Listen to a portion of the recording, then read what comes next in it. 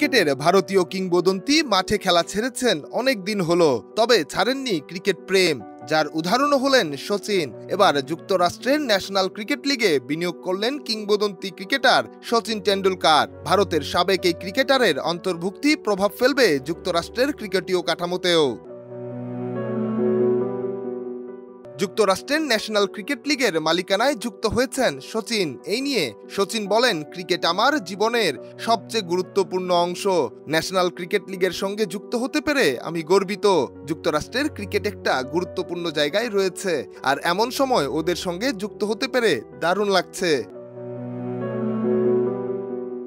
এই ক্রিকেট প্রতিযোগিতায় খেলতে দেখা যাবে Shahid Afridi, Suresh Raina, Dinesh Karthik, Robin Uthappa, Shakib Al Hasan, Colin Munro, Angelo Mathews, Sam বিলিংসের মতো তারকা ক্রিকেটারদের। ডেস্ক রিপোর্ট, দেশ রূপান্তর।